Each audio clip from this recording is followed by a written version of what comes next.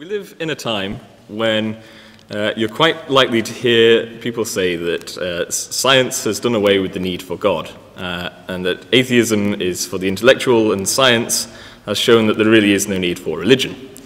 Now, as a scientist, that is kind of offensive to me, and I'm hoping tonight to show that there really isn't any problem with science and religion coexisting. And it's commonly said on top of that that the sort of champions of science and religion are creation and evolution when it comes to the debate between them, and that the intellectual should choose evolution over creation. And so we're going to explore creation and evolution and see what the science says about them and then what the Bible says about them. So here's how we're going to do it. We're going to start with some definitions. So we're going to think about what creation is, what evolution is, and make sure they're all on the same page there. We'll then move on to think about creation, think about some evidence for creation. We'll then go on to think about evolution and some evidence for evolution. We'll then go on to think about what the Bible says about all of this, and then we'll summarize at the end. So, definitions. What is a creationist? So what is it we're talking about when we're thinking of creationism?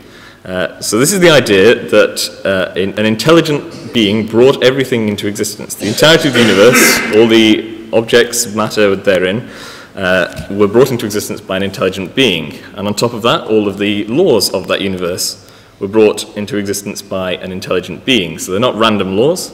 The fact that water boils at 100 degrees, or that the Earth orbits the Sun, or that you can use hyperpolarized xenon gas to image the human respiratory system, these are all laws that have been given to us by an intelligent creator and not by random chance. And then that leads on to the idea that if we have an intelligent creator of everything, that creator probably has some purpose with their creation. They probably haven't done it for no reason. As a final additional point, a creationist would say that life comes into the category of things that were made specifically by this intelligent creator. Life didn't just appear by chance.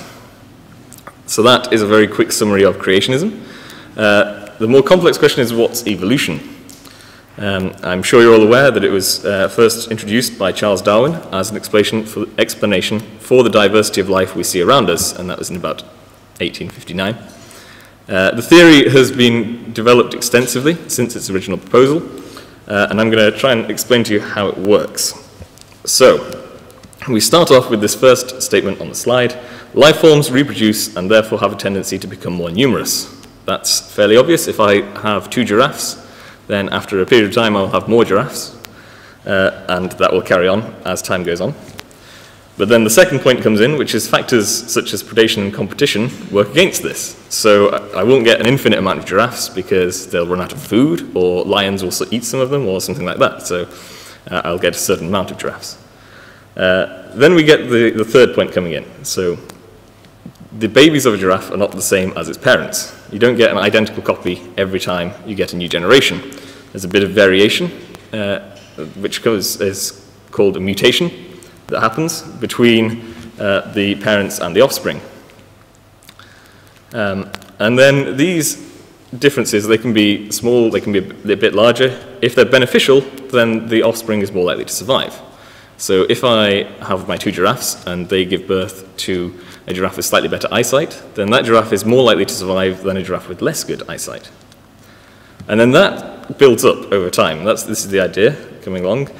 The more good mutations you have, the more likely you are to survive, and the more likely you are to pass on your mutations to the next generation. If your mutations are bad, then they will die out. And this gives the idea that you get variation within populations. So if I have my original giraffes, and some of them have got longer necks, then they are likely to become more populous near tall trees. And so you start getting variety within populations. And this is categorized as, this is called microevolution. That's the term for it. And this is variety within a species. And we can look at examples of that. So you can look at dogs. A Great Dane and a Chihuahua are both types of dog, but they look very different. So that's variety within a species. And then the final point of evolution is that final point on the slide there. This is where we make a large assumption. The idea is that over time, these populations, with their changes, split off into different species. So you no longer have a dog, you have a different animal, you have a cat or something. So the idea with that might be that you have something that's like a mule, and over time you get half of the population is more like horses, half is more like donkeys, you end up with donkeys and horses. That's an example that's not supported by evolutionists, it's just a demonstration. Now, that's where we start to have a little bit of, this is called macroevolution, I should say, this variation of species. And that's where we have a large assumption. So that's where we're going to focus most of our thoughts on, because all the first statements, the first 6, they're all verifiable. They've all been shown to work in labs. But this final point, that populations can split into new species, that's where we have difficulties. So we'll come to that later. For now, we'll go back to creation. And we're going to try and see whether there's any evidence to show that creation has happened. And the first, well, the thing we're going to look at is the origin of life itself. Now, to look at this, we're going to consider one of the basic building blocks of life, and that is enzymes. So every single cell in your body contains these little things called enzymes. And an enzyme is a protein, which is one of these. It's a chain made up of amino acid links held together by what's called peptide bonds. Now, there are 20 different kinds of amino acid in life. Now, the different types of amino acid you can get in a chain will affect the structure and the function of the protein. So it's kind of like letters in a word. The letters make up the words, and that gives it its function. Similarly, the ordering of the amino acids has an effect. So these two proteins, they have the same building blocks, but in a different order, and therefore they would be different proteins. So that, again, works like letters. Tablet and battle, they have the same letters, but they have very different meanings because they're in a different order. Now, protein structure varies wildly. It goes from simple chains to complex 3D shapes. And enzymes are one of the complex 3D shapes that you can get as proteins. Now, that's what an enzyme is, but what does an enzyme do? What's its function? An enzyme acts as a catalyst. So the respiration is a fairly well-known process that occurs in life. And it's given by glucose plus oxygen gives you carbon dioxide plus water. But if I were to get a little beaker over here and pour in some glucose, there's oxygen in the air, it's not going to fizz away and produce carbon dioxide and water, because it doesn't have the necessary conditions. It doesn't have a catalyst to speed up the reaction. Now, I choose respiration here because this is a process that happens in all of your cells, and it requires enzymes to make it happen in your cells. So I'm proving to you that you need to have enzymes to have life. That's vitally important. Because now that we know that we need enzymes, and we know what they're made of, we can consider how likely it is for an enzyme to form by chance. So let's imagine that we have a pool, a primordial pool of ooze, and it contains all types of amino acid. And to make the math simple, we're going to say that it has an infinite amount of every type of amino acid, all 20 types, and we're going to say that all amino acids are equally likely to bond together. Now, that's not true, but it stacks everything sort of in favor of things forming by chance the way you want. Now, if I should tell you about lysozyme first. This is lysozyme. Lysozyme is one of the smallest enzymes. So it has a chain length of 129 at the shortest. It's one of the shortest enzymes you get in life, and it occurs in almost every single cell in your body. Now, we're going to consider how likely it is to form one of these by chance. So we go back to our pool. If I take one amino acid out of that pool, I have 20 possible amino acids I could pull out. So if I want to get a specific protein with a length of 1, then I've got a 1 in 20 chance of getting the right protein just by reaching into the pool and pulling out a random one. If I want a chain length of 2, so this is a protein with 2 amino acids making it up, then there's 20 possible amino acids for the first and 20 possible amino acids for the second in the chain, which means there are 400 possible proteins with a chain length of 2. I can scale that up if I have a chain length of 3, then it's 20 times 20 times 20, so 20 to the power of 3. That gives you 8,000 possible proteins with a chain length of 3. Now, I just told you that lysozyme has 129 amino acids. So, I want any working one. I'm not picky about what kind of lysozyme I have, and I will tell you that there are 10 million working combinations of lysozyme. So I want any of those 10 million. If I do the maths, I get 1 in 20 to the power of 129, which gives you a probability of 1 in 6.8 times 10 to the 167. That's your odds of getting a specific protein with a chain length of 129. I carry through my 10 million, and the probability of getting any working lysozyme is 1 in 10 to the 160. To put that in context, that's 10 to the 160 written out. This is the probability of forming the smallest enzyme by chance. That's a really, really, really big number, and therefore a really small probability. It's such a big number that it's very hard to wrap your head around how big that number is. So I thought of a few things to put it in context. It's been proposed that there are 10 to the 80 subatomic particles in the universe. So if I were to ask someone to point at a random atom anywhere in the universe, they're more likely to get that right than they are for lysozyme to form by chance in this way. The closest approximation of something this unlikely I could find is you're more likely to win the lottery 38 times consecutively.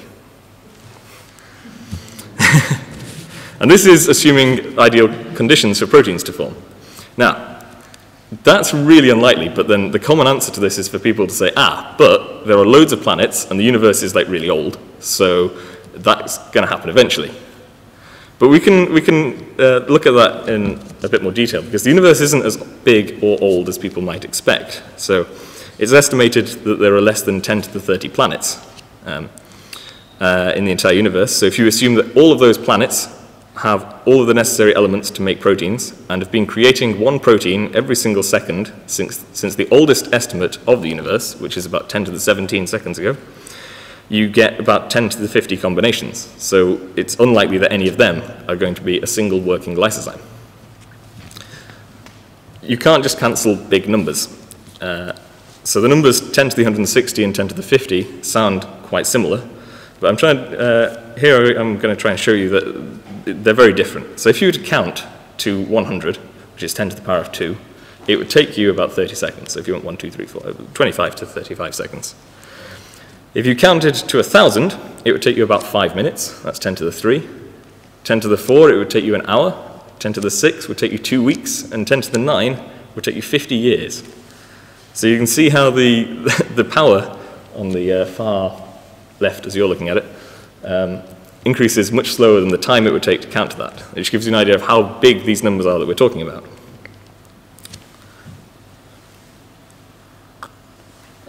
So it's very unlikely to form any enzyme by chance. Now let's think more about how much we need these enzymes. And we're going to think about respiration in a bit more detail. I'm going to think about how you break down glucose in your body. So this is the process of glucose metabolism. Glucose comes in there at the top, it undergoes glycolysis, that produces some ATP and some NADH. Now ATP is the energy of your body, basically. This is how your cells keep energy.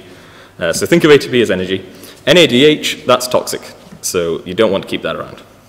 The glycolysis produces pyruvate, that gets converted in a series of reactions that gives you 2 carbon dioxides and more toxic NADH.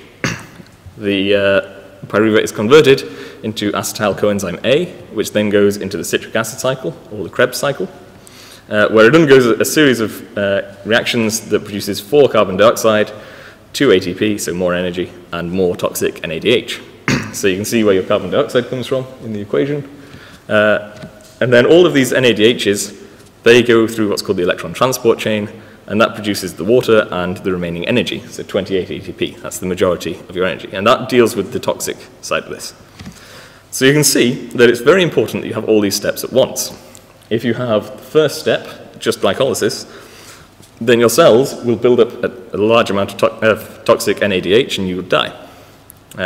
And that's true for all of those steps unless you do have the electron transport chain, which requires all of those NADHs to work. So you need all of this at once, otherwise it doesn't work.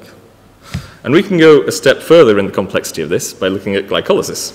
This is the process of glycolysis. It's complicated. Glucose comes in, and it goes through all of those steps and comes out as pyruvate. Now, there's a few things I want to point out here. Firstly, you can see in the first step that ATP is used to do the first step. So ATP turns into ADP. So you've lost energy from the system. You go down to step 3 there, and again, you've lost energy in the system. And that energy comes back much later on. So once again, you need all of those steps in place for the process to work. Otherwise, it would be losing energy instead of gaining energy. And that wouldn't be beneficial. On top of this, every single one of those dark blue arrows requires at least one enzyme to work. So if we're thinking about the probability of forming life just completely by chance, think about how unlikely it was to form a single enzyme, and now scale that up to forming all of those enzymes. And remember that the enzyme we thought about before, lysozyme, is the simplest enzyme. These are much more complicated. And we can carry on. There's the citric acid cycle. It's also very complicated. And again, it's another cycle. You need to have all of these steps in place, otherwise it doesn't work. And again, it needs a whole load of enzymes, otherwise it doesn't work. The odds of this happening by chance is ridiculously small.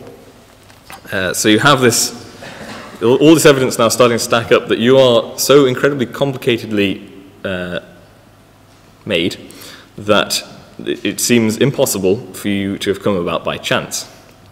Now, we've thought about how unlikely it is to form enzymes, and sadly, I don't have enough time to go into the details of how we do make enzymes in our body, because we have DNA. DNA is how we make these complicated micro machines. And DNA is a digital code in every single cell of your body. It's base 4, and it's self-replicating, and it's self-repairing. It's incredible that we have this information stored in our cells. The idea of information I find to be very indicative of design. Now, has anyone ever heard of SETI? The Search for Extraterrestrial Intelligence, it's called. This is some people who, they listen out for radio signals from space, and they're trying to identify whether there's any sign of intelligence anywhere in the universe. Now, the thing that they're looking for is this.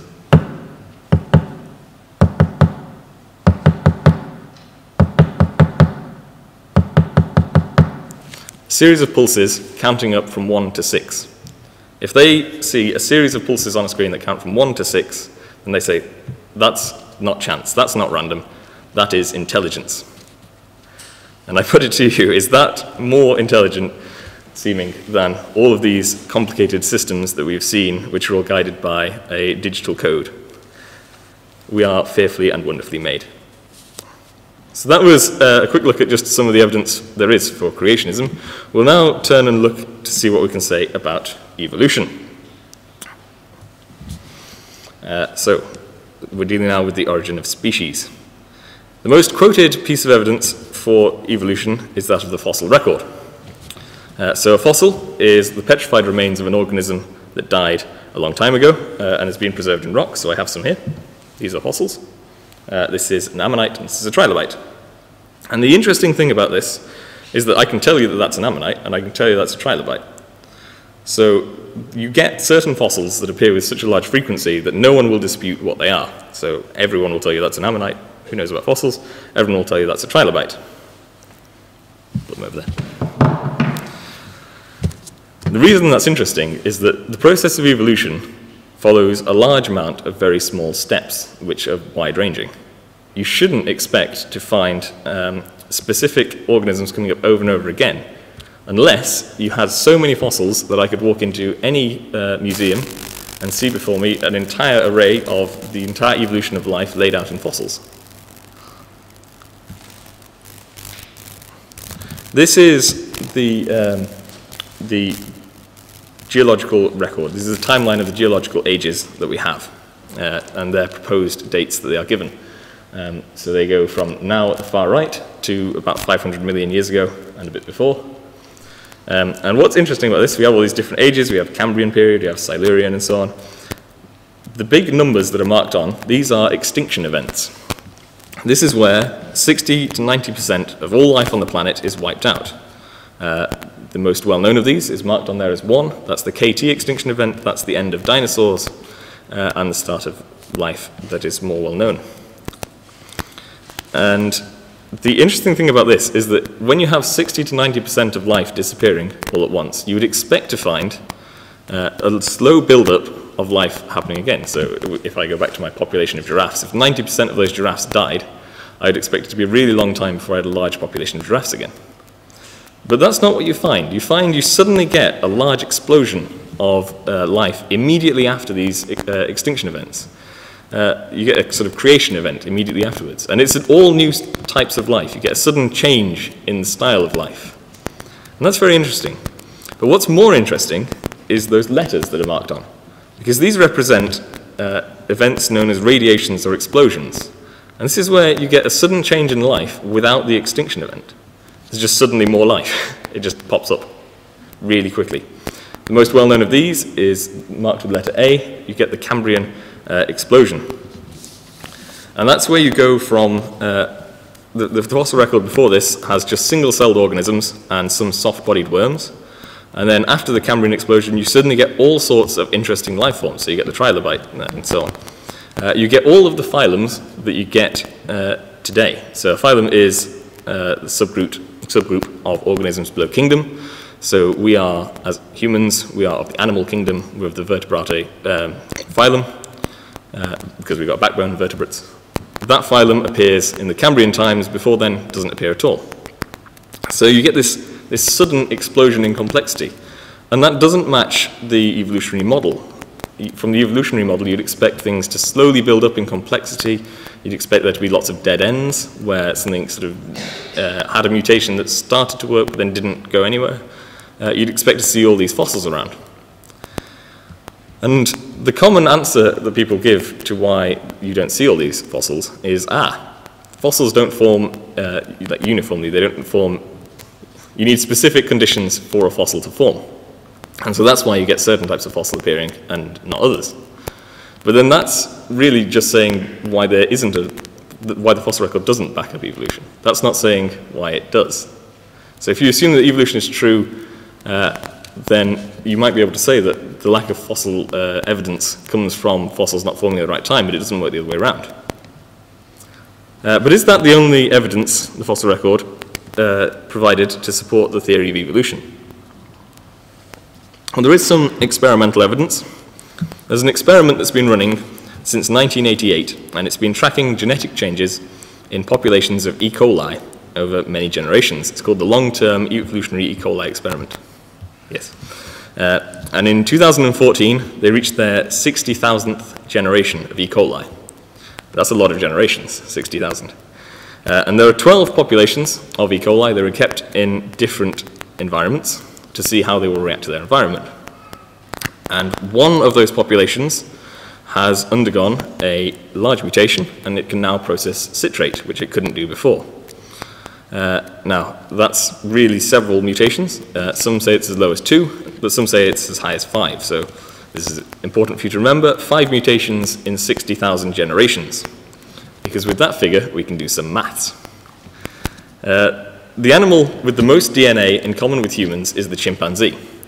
So if humans and chimpanzees, with two species like humans and chimpanzees, the theory of evolution would say that we come from a common ancestor that's somewhere in between the two, and it splits into 2 species. One becomes humans, one becomes chimpanzees. So we can think about this common ancestor and assume that it's exactly halfway between the 2 species, genetically speaking. And then by multiplying multiplying the time for a generation by the number of genetic differences and dividing it by the rate of mutation, we can calculate the time it takes to get from one species to another, or from a common ancestor to a new species.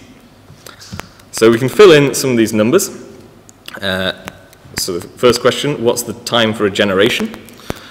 For humans, for a generation is how long does it take for your offspring to reach sexual maturity and have more offspring. For humans, it's about 15 years. For chimpanzees, it's closer to 10. So we'll go with 10 to put everything in favor of evolution. And we'll assume that the common ancestor is 10. That also makes the maths easier. We know the number of genetic differences. So it's said that we are 98% similar to a chimpanzee, which sounds like we're very similar, except that you have a lot of DNA. So that's actually 40 million genetic differences. So that's a combination of added genetic information, deleted genetic information, and substituted genetic information. So we've got 40 million differences. So what about the rate? If we remember our long-term evolutionary experiment, we had 60,000 generations which developed 5 mutations. So if we stack things a little in favor of evolution, that's 1 mutation every 10,000 generations. So that's a rate of 0.0001 mutations per generation. And we've divided it all by 2 because we're assuming that the common ancestor is halfway between the two. We plug in all the numbers, and we get that it would take 2,000 billion years to get from something that is halfway between a chimpanzee and a human to either a chimpanzee or a human. That is that's a long time. The oldest estimates of the age of the universe put it at 14 billion years old. So we're quite off there. And this is getting from, as I say, something halfway between a chimpanzee and a human to a human. Imagine how long it would take to get from a single-celled organism to a carrot. But we have been a little unfair, because you can't just directly take the rate of mutation between bacteria and humans.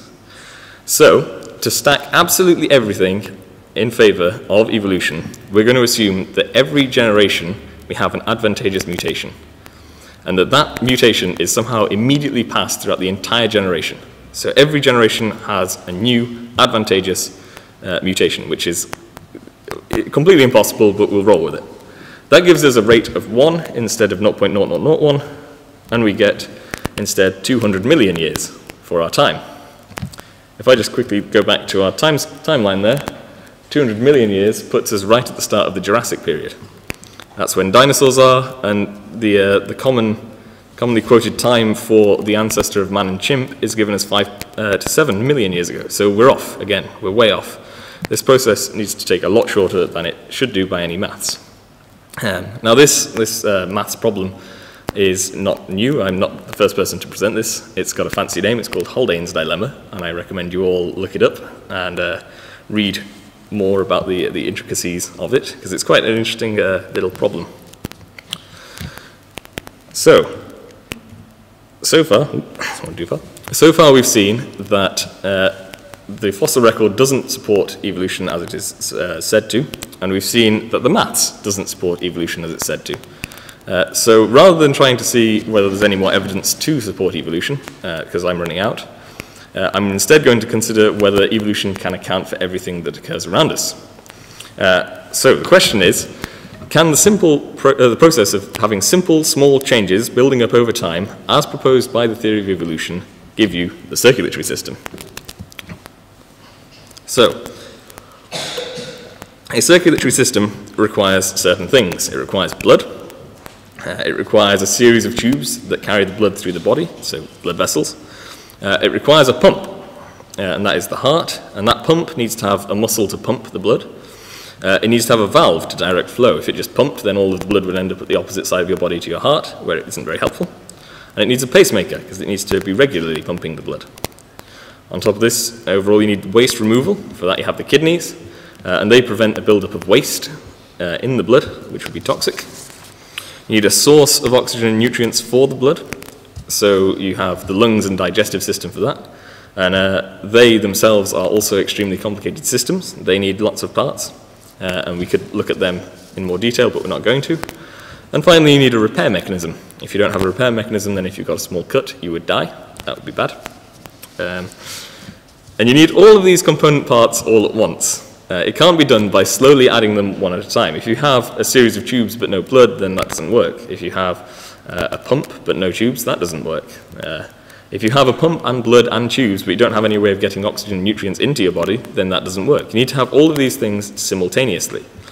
And that's something that doesn't agree with the theory of evolution. So here's my summary on what we've thought about on evolution. The most commonly given evidence for the theory of evolution is the fossil record. However, the large jumps we get in complexity, which are called either explosions or radiations, don't fit this model.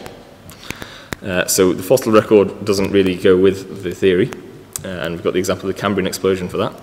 If we ignore that and just stick to the theory anyway and do some maths to investigate the rate at which mutations can happen and the timescales that evolutionists propose, we find that these don't match each other. Any feasible rate at which mutation can occur is too slow for the timescales provided, so the theory breaks down again. And if we ignore both of those, we still have the problem that evolution doesn't explain large-scale systems, such as the circulatory system. The origin of systems gives the origin of species some difficulty. And so now this brings us to our final section on what the Bible teaches about all this. So far, you may have noticed we haven't actually mentioned the Bible, aside from the reading that we had at the start. And this highlights my original point, that there isn't this rift between science and religion that comes to a point at the creation-evolution debate. So far, we've seen that the science has been supporting creation, not evolution. But now, this is a Bible talk, so we're going to think a bit about what the Bible says about all this. Now, there's a movement that suggests that evolution occurs and is aided by God. And these are theistic evolutionists, so that's the people who suggest this. And there are two types of theistic evolution. One is to say that God created life, so you've overcome the difficulty of the origin of life, but then once he'd created a single-celled organism, he let it develop in its own way, and it just evolved into all the variety of life we have today. Now that immediately gives the problem that all of the difficulties we have in this summary apply to that theory. There's issues that it doesn't answer. So then we have the other type of theistic evolution, which is to say that every time a difficulty arises, God gives evolution a little nudge. So all of these radiations, that's when God just gives evolution a big nudge and it moves along. These large-scale systems are given, God's giving it a nudge to help it go, and all of the difficulties with timescales, God's just sped the process up a bit. Really the problem with that is by the time you've accounted for every problem there is that we've looked at, you've not really got evolution anymore, you've just got a series of creation events one after another. But really, it doesn't go with the Bible, and we'll come to that in a moment. Now, there are a lot of related issues to this topic that we haven't covered. So I haven't looked at the age of the Earth, because that's really a topic in its own right, which is open to some discussion. So if you want to talk about that with me afterwards, you can. But now we'll think about these things in context of the Bible. So it might not be a surprise to you to hear that the Bible says that God created everything, and it says this on multiple occasions. So here's a non-exhaustive list of all the verses of creation. So you've got Genesis 1 and 2 there, with the creation account. You've got Deuteronomy, God created man upon the earth. Isaiah, he who created the heavens, I Jehovah have created it. Has not one God created us? Since the beginning of the creation which God created, all things were created through him and for him. You created all things, and for your will they were created. And that's just, as I say, a sampling of the verses that talk about creation. But notice on this list we go from the very start of the Bible to the last book of the Bible, Revelation. And partway through there we had in Mark a quote from the Lord Jesus himself, and he clearly accepts creation. So what about evolution? What does the Bible say about this? In short, not a lot, but there is a little bit we can look at. So we're going to go to Genesis chapter 1. I put the slides on the screen, but they're probably not very visible. So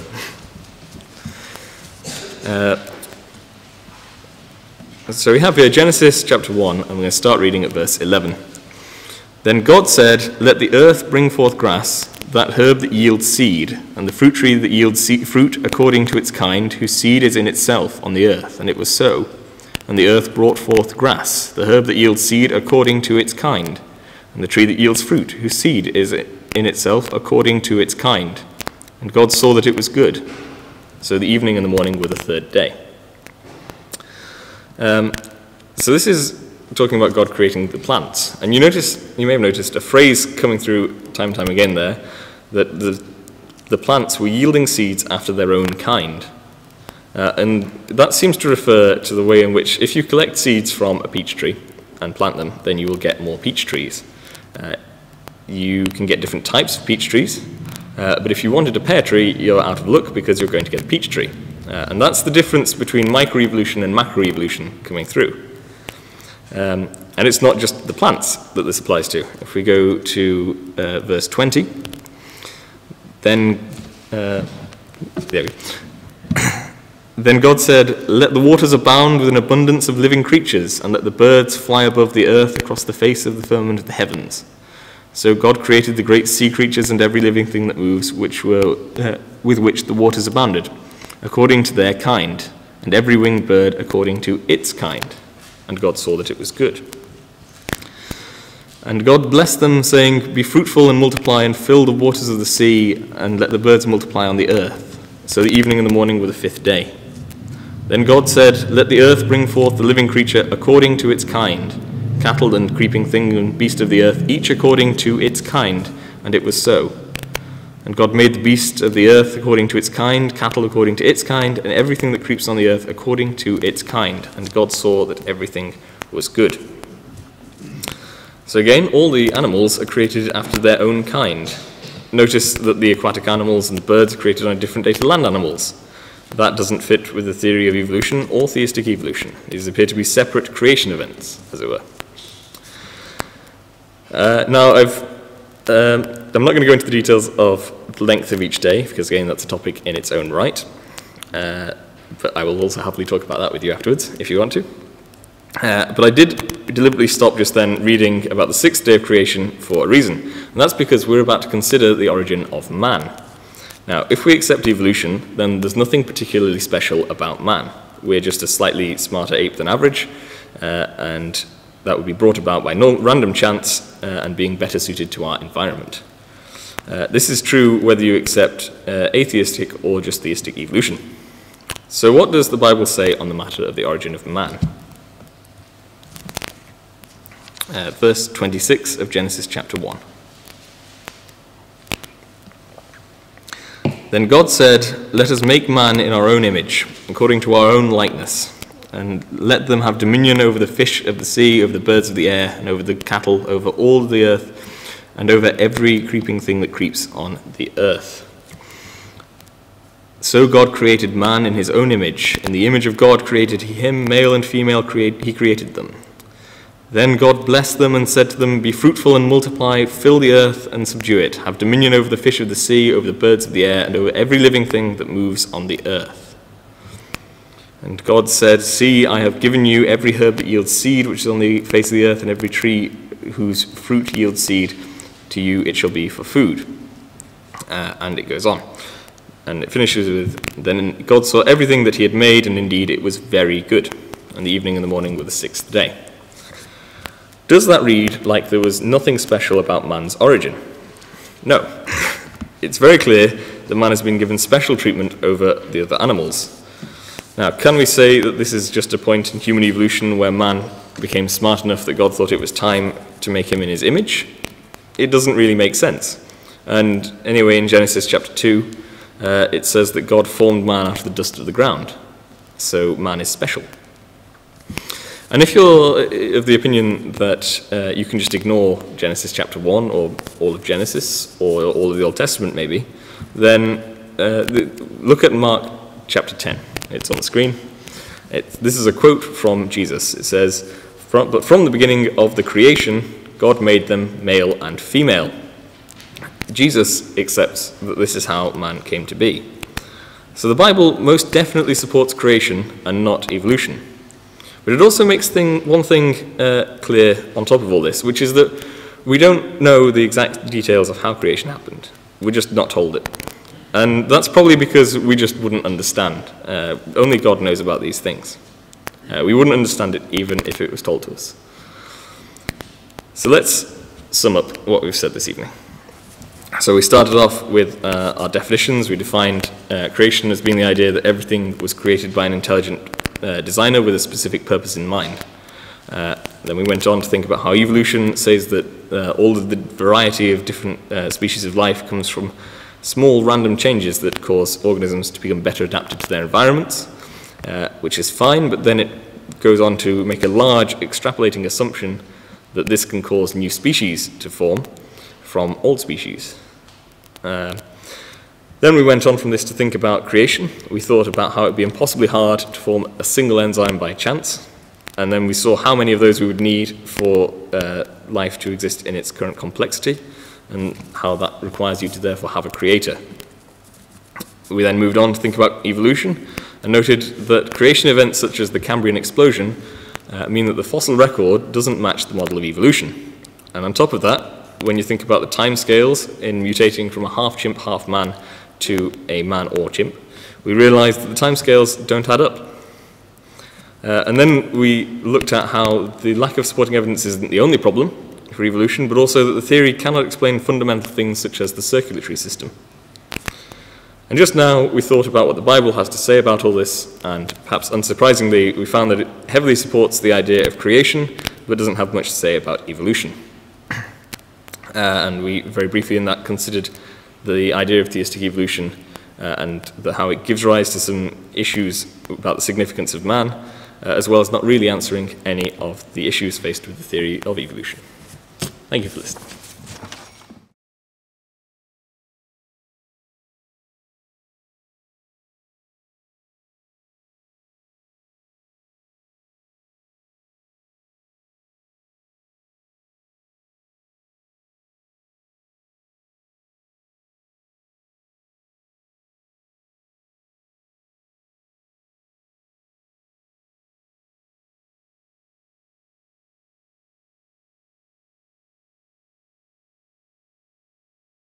BibleTruthAndProphecy.com is a worldwide collaboration by Christadelphians to help promote the understanding of God's Word to those who are seeking the truth about the human condition and God's plan and purpose with this earth and with mankind upon it. Bible Truth and Prophecy is part of a wider set of online resources provided by Christadelphianvideo.org for establishing just how far removed the true Christian teaching of the first century apostles is from that taught by mainstream Christendom today. BibleTruthAndProphecy.com is very much a standalone website, but benefits from our vast network of sites and resources and social media. Here are just a few of the things that BibleTruthAndProphecy.com offers.